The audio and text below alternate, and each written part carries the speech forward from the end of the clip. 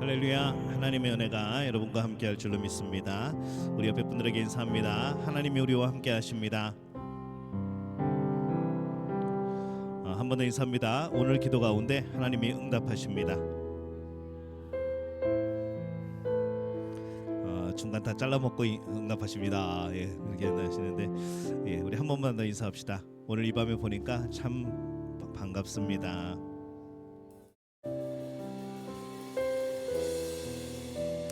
오늘 이 밤에도 하나님의 크신 역사가 우리와 함께 할 줄로 믿습니다. 우리 기도합니다.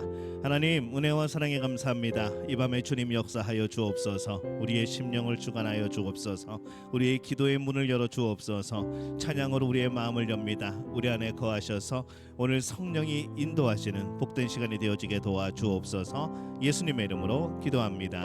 아멘. 우리 돌아서지 않으리 함께 찬양하겠습니다. 주님 뜻대로 살기로 했네. 주님 뜻대로 살기로 했네. 주님 뜻대로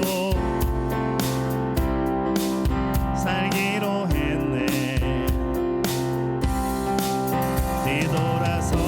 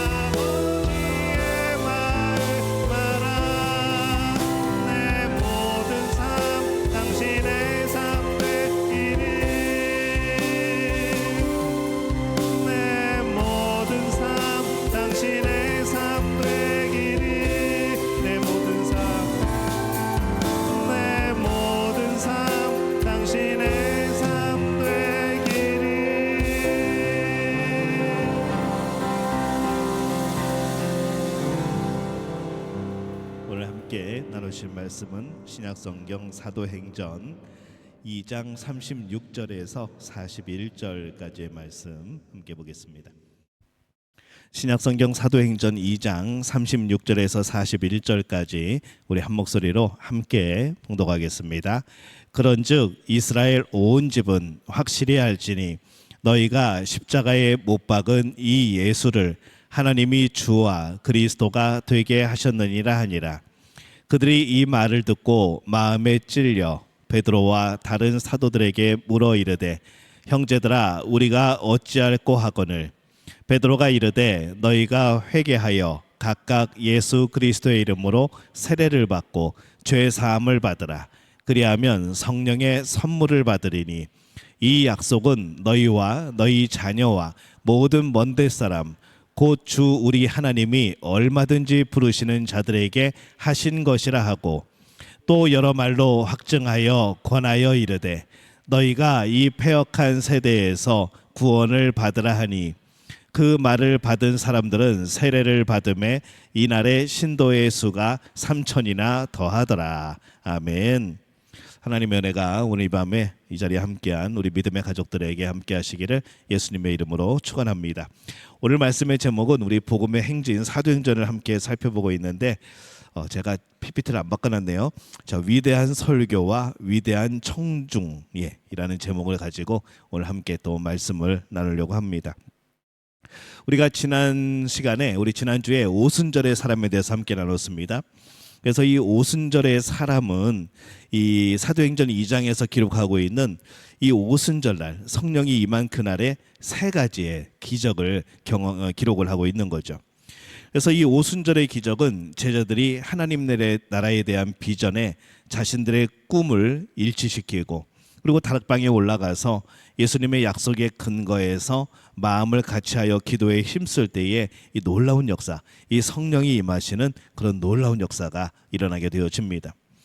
이 전에는 성령님이 특별한 사람에게 특별한 사역을 위하여서 일시적으로 나타나서 역사를 하셨지만은 예수님 대신에 이 땅에 임하신 이 오순절의 성령님은 이제 모든 사람에게 차별 없이 임하여 계시고 또 역사하고 계신 것이죠. 그래서 이 오순절에 성령님의 능력으로 임하실 때에 일어난 세 가지의 기적이 있습니다. 그 첫 번째 기적이 대화의 기적입니다. 우리가 지난 시간에 나왔던 말씀이 그 말씀이죠. 오순절의 사람이 어떤 사람인가? 저들이 방언을 할 때에 정말 각 나라의 말로 방언으로 복음을 전하게 되어지고 하나님을 선포하게 되어지고 그래서 이 오순절에 임한 첫 번째 기적은 대화의 기적이었습니다. 오순절의 사람이 되어지고 성령의 사람이 되어졌을 때 어떤 역사가 나타났는가? 이 대화의 기적이 나타났다라고 말씀을 드렸습니다. 그 다음에 어떤 기적이 나타났는가 하면은 설교의 이 말씀의 기적이 나타났습니다. 그리고 교회의 기적, 이 교회 부흥의 놀라운 기적들이 나타난 것이죠. 그래서 우리가 지난주 금요일에 성령의 임함으로 방언 말함을 통해서 이 오순절의 사람이 경험하는 기적들을 나누었고 오늘은 이 말씀의 기적, 이 설교의 기적을 함께 나눠보고자 합니다. 이 성령의 능력이 임할 때에 베드로는 모인 무리들 앞에서 담대하게 하나님의 말씀을 전합니다. 그 가운데는 이 성령의 역사를 보면서 이 사람들이 어떤 새로운 술에 취한 것이 아닌가, 아니 이게 외국에서 새로운 술이 들어왔나? 그래서 이 사람들이 이것을 먹고 지금 저렇게 하는 건가? 라는 그런 조롱하는 사람들이 생겨난 것이죠. 이때 행한 이 베드로의 오순절 설교를 살펴보면은 굉장한 기적입니다. 이 사도행전을 기록한 누가의 복음, 이 누가복음의 22장에서 베드로는 예수님을 모른다고 부인을 합니다. 아주 비겁한 사람이죠. 이런 베드로가 그 수많은 군중들 앞에 담대하게 그들의 가슴을 찢는 설교를 한 것은 이 오순절의 성령이 아니고서는 이게 뭐 설명할 수 없는 그런 불가능한 기적이라는 것이죠. 설교에서 어떤 것이 보입니까? 그의 담대함, 말씀의 권위, 이 복음을 전하는 열정, 그리고 이 구약 성경을 인용하는 지혜, 또 능력을 행하는 것, 죄와 잘못을 지적하는 도전적인 말씀. 이걸 보면은 이 베드로가 갑자기 왜 이렇게 됐지라는 생각이 들 정도로 이 성령 충만을 받아서 말씀의 은사, 신유의 은사들을 나타내는 이제 그러한 일들을 행하게 된 것이죠. 그래서 이 사도행전 12장까지 베드로가 중심이 되어지는 이 기사에는 예수님의 사역처럼 이 베드로도 설교하고 가르치고 치유하고 이제 이런 베드로의 사역이 등장을 합니다. 예수님의 사역을 전하고 결단을 촉구할 때에 3천 명이 회개하고 세례를 받았다는 이 설교의 말씀에 놀라운 기적이 나타나는 것이죠. 베드로 같은 사람이 하나님의 말씀을 전했다는 것, 그리고 그 설교를 듣고 군중이 마음에 찔렸다는 것, 그리고 그들이 이제 우리가 어찌할꼬라고 뉘우치며 회개하였다는 것, 이 자체가 엄청난 기적인 겁니다. 그래서 이것은 성령의 능력입니다. 그를 이렇게 위대하게 변화시킨 것은 오직 성령뿐이라는 것이죠. 오직 성령이 임하신 밖에는 뭐 이 설명할 방법이 전혀 없습니다. 여러분에게 한번 물어보겠습니다. 누가 우리의 삶을 송두리째 변화시키시겠습니까? 네. 답은 두 자입니다. 누가 우리의 삶을 송두리째 변화시키겠습니까? 지금 우리가 사도행전을 하고 있는데 성령. 답을 알려드렸습니다. 자, 앞에 거 생략하고 나중에 편집할 겁니다. 자, 누가 우리의 삶을 송두리째 변화시키겠습니까? 예, 잘하시네요. 누가 우리로 하여금 하나님의 일을 능력 있게 할 수 있도록 도우시겠습니까? 무엇이 이토록 위대한 기적의 역사를 일으키시겠습니까? 정답은 오직 하나, 성령밖에 없다는 것이죠. 그래서 이 베드로의 오순절 설교는요, 굉장히 간단하면서도 성경 중심적이고 그리스도 중심적이고 구원 중심이고 이 강력한 성령님의 역사에 민감하게 따르는 그런 설교였습니다. 이 베드로는 예수님에 대한 이야기만 합니다. 그래서 이 전반적으로 보면요, 이 베드로의 설교는 네 가지를 말씀을 하고 있습니다. 우리 PPT 한번 보여주실까요? 네.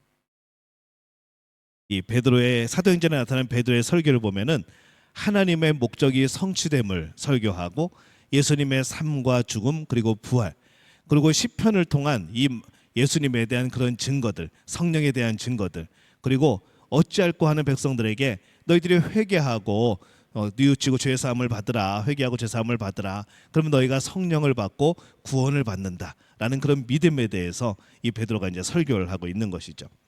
그래서 이 베드로의 설교는요, 이 두 가지가 짝을 이루는 네 개의 이런 요지로 이제 설명이 되어 있습니다. 첫 번째는요, 첫 번째 요지는 이겁니다. 한번 같이 읽어봅시다. 시작. 예언의 성취 두 증인을 언급 이렇게 되어 있습니다. 이 오순절 성령의 역사를 보면서 세술에 취했다고 조롱하는 사람들, 의심하거나 놀라는 사람들이 있었습니다. 베드로는 그들의 반대 의견을 다루면서 성경적으로 접근을 하죠. 먼저 율법과 상식에 의해서 지금 금식하는 기간인데 아침 9시부터 이 3시부터 우리가 술을 먹는다는 게 말이 되어지는가? 이건 새 술을 먹어서 그런 것이 아니다라고 말씀하면서 지금 일어난 이 사건은 구약 성경에 예언이 되어 있던 사건이다라고 말씀을 합니다. 그래서 요엘 그리고 시편을 인용을 하죠. 구약의 예언자 요엘이 하나님께서 모든 믿는 자에게 성령을 부어주시겠다고 약속을 하셨는데 지금 그 약속이 실현되어서 지금 너희가 보는 이 광경이 벌어진 거다라는 것이죠. 또 이스라엘이 자랑스럽게 여기던 이 조상 다윗 왕의 예언적인 시편의 말씀도 있습니다. 다윗은 예수님을 주님으로 고백을 합니다. 또 예수님의 죽으심과 부활을 예언을 하죠. 그래서 이 베드로의 첫 번째 설교의 요지는 예언의 성취가 되었다는 것이죠. 요엘 선지자의 말씀에 또 다윗의 시편에 보니까 이 일들이 미리 예언이 되어 있었다. 지금 그 일이 이루어진 거다라는 겁니다. 사도행전 2장 36절 말씀 우리 함께 읽어봅시다. 그런즉 이스라엘 온 집은 확실히 알지니 너희가 십자가에 못 박은 이 예수를 하나님이 주와 그리스도가 되게 하셨느니라 하니라. 그래서 이 베드로의 설교는요, 하나님 말씀 중심의 설교인데 이 구약의 예언 그리고 신약의 성취를 연결하는 그런 설교입니다. 이 하나님은 말씀하신 대로 성취하시는 하나님이라는 거죠. 성령님에 대하여서 예언하시고 오늘 보는 대로 성취하시고 예수님의 부활에 대해서 미리 예언하시고 우리의 증인들이 목격한 대로 이루셨다는 말씀에 기초한 그런 역사를 지금 해석하고 있는 겁니다. 이 두 번째 요약은요, 이겁니다. 함께 읽어봅시다. 예수님의 사역, 십자가의 죽음, 부활. 구약과 신약의 중심은 예수 그리스도, 또 설교의 중심도 예수 그리스도여야 합니다. 그래서 예수 중심적인 설교, 이 하나님의 구속사, 이것이 바로 설교의 중심 주제가 되어지는 것이죠.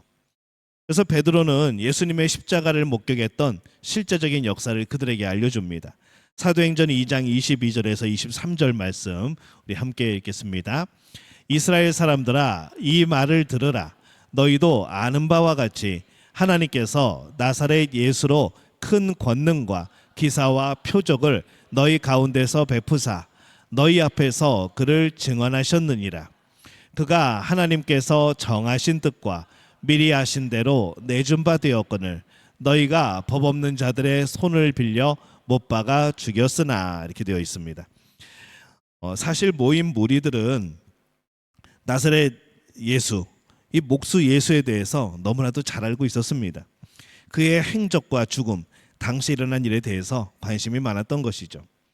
이 베드로는 그들이 아는 것으로부터 시작을 합니다.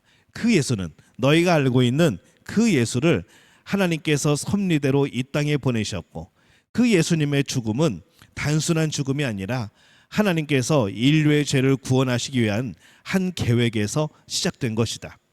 예수의 부활도 하나님께서 구원의 죄사함과 구속을 위하여서 일으키신 사건이다. 이렇게 신학적으로 해석을 하는 것이죠. 그래서 예수님은 십자가에서 우리 죄의 문제를 해결하고 부활하심으로 우리 죽음의 문제를 해결하셨다라는 설교를 하고 있는 겁니다.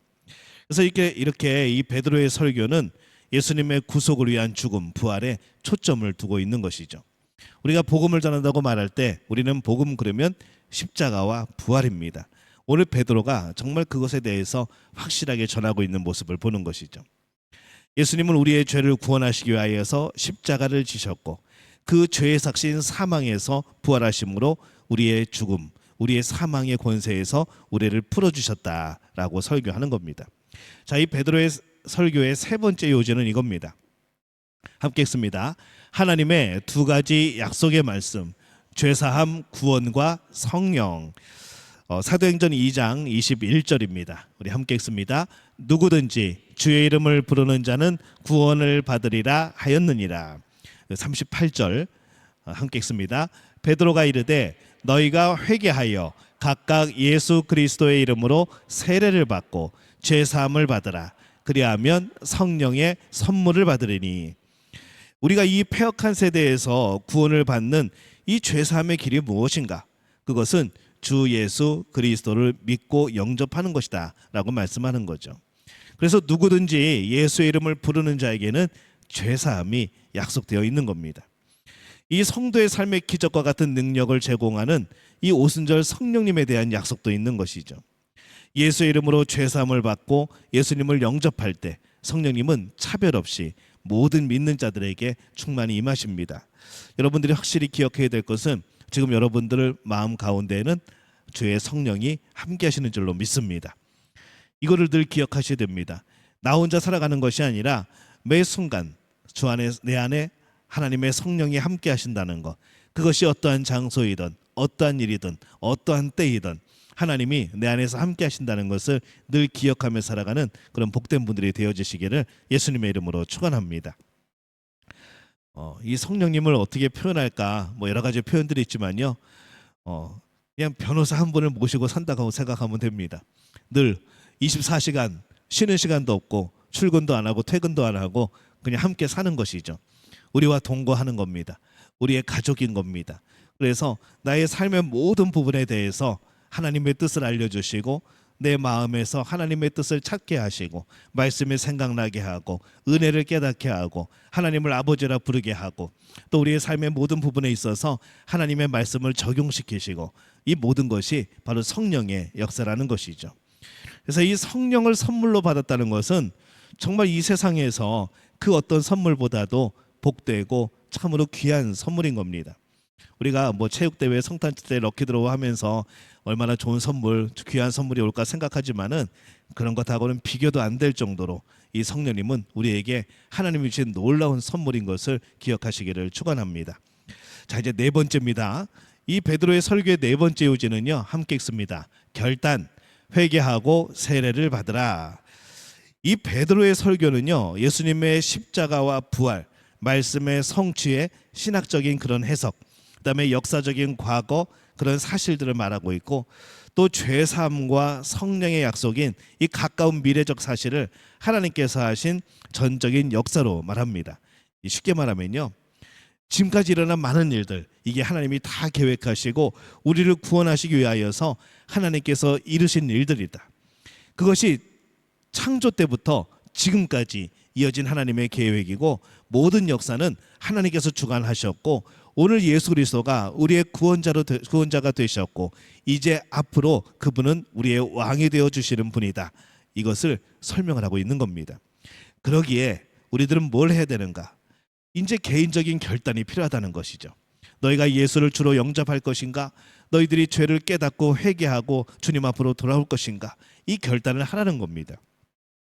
그래서 이 결단은 하나님의 과거의 역사 그리고 미래의 약속이 나에게 이루어지는 다리를 놓는 겁니다. 우리가 결단한다는 거요, 굉장히 중요합니다. 하나님의 말씀을 우리가 듣습니다. 이 하나님의 말씀은 대부분이 과거에 일어난 사건들을 중심으로 우리에게 말씀을 하시죠. 근데 오늘 하나님은 우리에게 계속해서 문을 두드리며 말씀을 합니다. 야, 옛날에 이렇게 내가 놀라운 역사를 행했는데, 이러한 교훈이 있는데, 지금 네가 나를 온전히 의지하고 이 말씀에 비추어서 너의 삶을 고치고 바꾸고 결단해야 되지 않겠냐, 너의 삶이 변화되어야 되지 않겠냐. 그래서 우리의 마음을 두드리시는 것이죠. 왜 그런가 하면은 미래에 하나님 나라의 백성으로 살아가기 위한 우리의 모습, 이 거룩함이 필요하기 때문에 그렇습니다. 그래서 이 결단은요, 그냥 내 결심이 아닌 겁니다.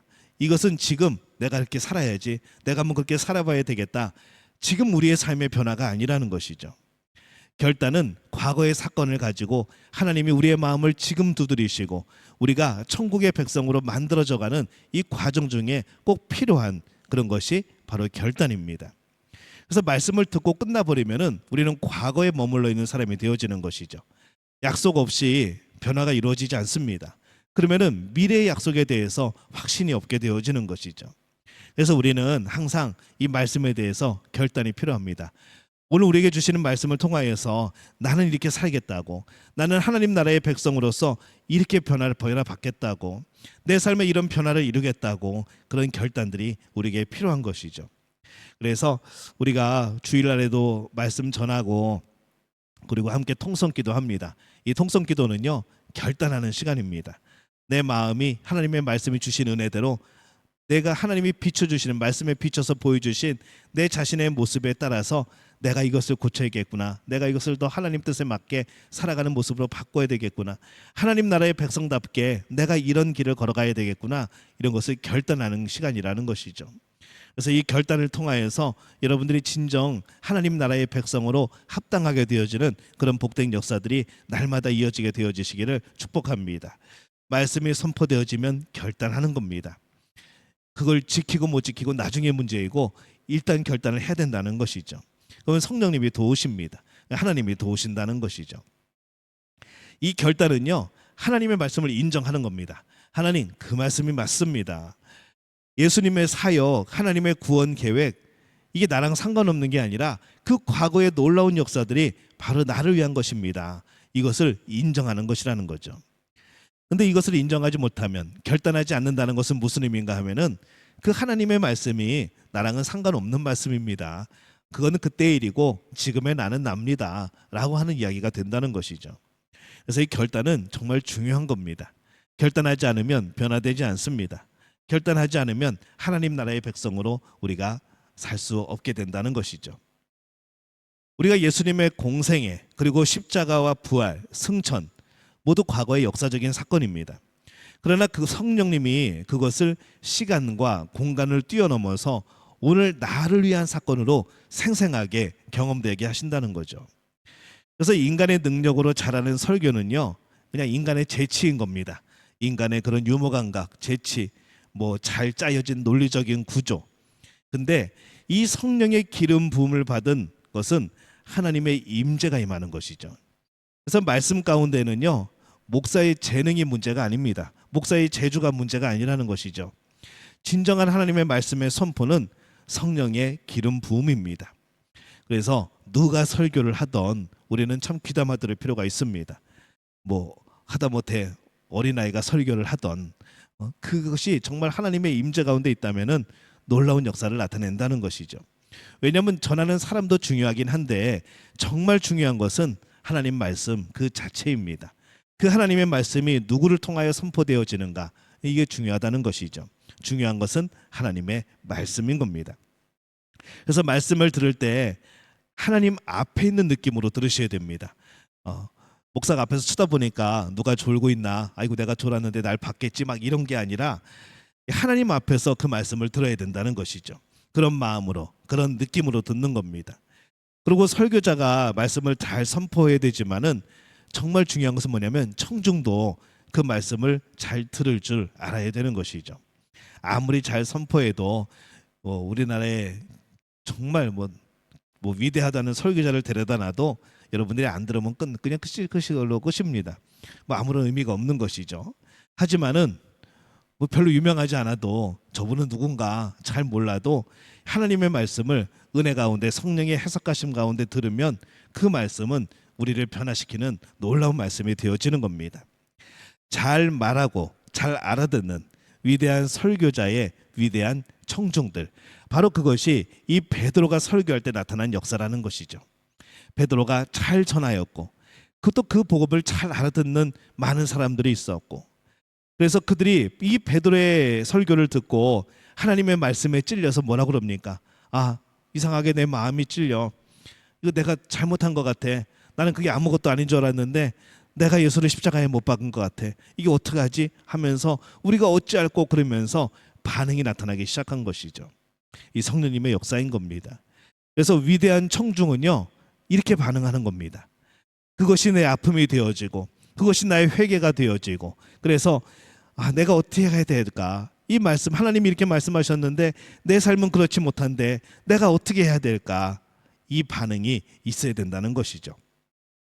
저 목사님 말씀이 오늘 또 나를 또 타겟으로 하는 거구만, 이런 마음이 아니라 그 말씀이 나를 움직일 때, 그 말씀이 나에게 부딪힐 때에 내 마음이 뜨거워질 때 화를 낼 게 아니라, 분노할 게 아니라 우리의 마음을 내려놓고 회개해야 된다는 겁니다. 그리고 답을 구해야 되는 것이죠. 하나님 어떻게 해야 될까요? 그게 위대한 청중들입니다. 저는 물론 앞에서 선포하는 저도 굉장히 노력하고 위대한 설교자가 되어야 되겠지만은 저는 여러분들이 정말 위대한 청중들이 되어지시기를 바랍니다. 은혜를 은혜로 들을 줄 알고 말씀을 하나님의 음성으로 들을 줄 알고, 그래서 그 말씀이 부딪힐 때 내가 결단하고 회개하고 하나님께 옳은 사람이 되어지기를 구하는 그런 위대한 청중이 우리 믿음의 가족들이 되어지시기를 예수님의 이름으로 축원합니다. 여러분들은 말씀 앞에 그렇게 서본 적이 있습니까? 하나님의 임재하심 가운데 그런 느낌으로, 그런 마음으로 여러분 말씀 듣고 또 예배 여러분 드리신 적이 있습니까? 형제들아, 우리가 어찌할꼬 화루다 나여 망하게 되었도다. 하나님 앞에 섰을 때에 그런 느낌이 들었다는 것이죠. 하나님의 거룩함 앞에 내가 두려움이 생겼고 하나님을 경외하는 마음이 생겼고 내 죄가 보이게 되어지고 이제 그 죄를 어떻게 할까? 나로 망하게 되었도다. 큰일 났다. 어떻게 해야 되지? 근데 그 답을 구할 분은 하나님밖에 없다는 것이죠. 그 답을 구할 분이 성령님밖에 없다는 것이죠. 그렇기 때문에 하나님을 찾게 되어지고 성령께 구하게 되어지고 회개하게 되어지고 결단하게 되어지고 믿음의 길을 걸어가게 되어지고, 우리의 이 신앙생활의 모습이 그런 모습인 겁니다. 우리는 죄 가운데 살면서 생명의 예수님을 몰라보고 그를 십자가에 넘겨주고 이 패역한 세대에서 하나님의 섭리를 자꾸 잊어버리고 살아갑니다. 어떻게 해야 이런 내가 구원을 받을 수 있을까? 사도행전 2장 38절 우리 함께 읽습니다. 베드로가 이르되 너희가 회개하여 각각 예수 그리스도의 이름으로 세례를 받고 죄 사함을 받으라. 그리하면 성령의 선물을 받으리니. 구원의 처방은 회개인 겁니다. 구원을 처방받기 위해서는 회개가 필요한 것이죠. 내가 예수님의 십자가의 책임이 있음을 깨닫고 회개하는 겁니다. 회개로 내 삶을 바꾸는 겁니다. 그러니까 예수님을 안 믿던 마음을 바꾸고 믿는 것, 하나님 없이 살았던 삶의 방향을 바꾸는 것, 성령 없이 살았던 것 같은 나의 모습이 이제 성령과 함께 살아가는 모습으로 바뀌어지는 것, 그리고 예수 이름으로 세례를 받는 것, 회개와 믿음의 표로 세례를 받는 거죠. 우리 지난 주일에 세례 예식이 있었는데 회개와 믿음의 증표인 겁니다. 과거의 나는 죽고 새로운 나로 살아가는 표시, 공동체 앞에서 그것을 선포하는 것이죠. 마음의 돌이킴을 넘어서 행동의 변화가 되어지고 회개와 믿음의 고백이 되어지고, 이것은 이전에 세례 요한과 예수님이 선포하셨던 그런 말씀이기도 합니다. 베드로의 말씀을 진실로 받아들인 사람들이 세례를 받기 위하여서 제자들 앞으로 나옵니다. 이 시기에 예수님을 믿는다는 것은 목숨을 거는 겁니다. 근데 그 목숨을 건 결단을 한 사람이 3,000명이 넘었다는 것이죠. 3,000명이 세례를 받았을 뿐만 아니라 이어서 성령을 받은 겁니다. 회개하고 세례를 받으면 성령을 선물로 받으리니 약속을 하신 거죠. 예수님이 성령을 보내주십니다. 이제 예수님이 12제자에서 120문도로 그리고 3,000명의 성령이 임한 하나님의 백성들로 굉장히 놀라운 사건들이 일어나기 시작하는 것이죠. 그 구원과 성령님의 약속은 오늘 우리에게도 똑같이 유효합니다. 여러분, 그 3,000명 안에 여러분이 함께하는 줄로 믿습니다. 지금은 3,000명뿐이 아니죠. 엄청나게 많은 숫자. 그때의 그 3,000명에게 임하신 놀라운 사건들이 후대의 후대를 이어서 오늘 이 지구상에 수많은 하나님의 자녀들이 오늘 그 사역에 동참하고 있는 겁니다. 오늘 여러분들은 무엇을 믿습니까? 회개하고 예수님의 구원을 믿으시기를 바랍니다. 주의 이름을 부르는 자는 구원을 받습니다. 죄의 사함을 받고 세례를 받고 그러면 성령님이 임합니다. 오늘 여러분 삶에 성령님이 함께 하시는 줄로 믿습니다. 오늘 내 안에 성령님이 계심을 믿고 그 성령님을 인식하며 임재를 느끼며 살아가는 복된 우리 믿음의 가족들이 되어지시기를 예수님의 이름으로 축원합니다.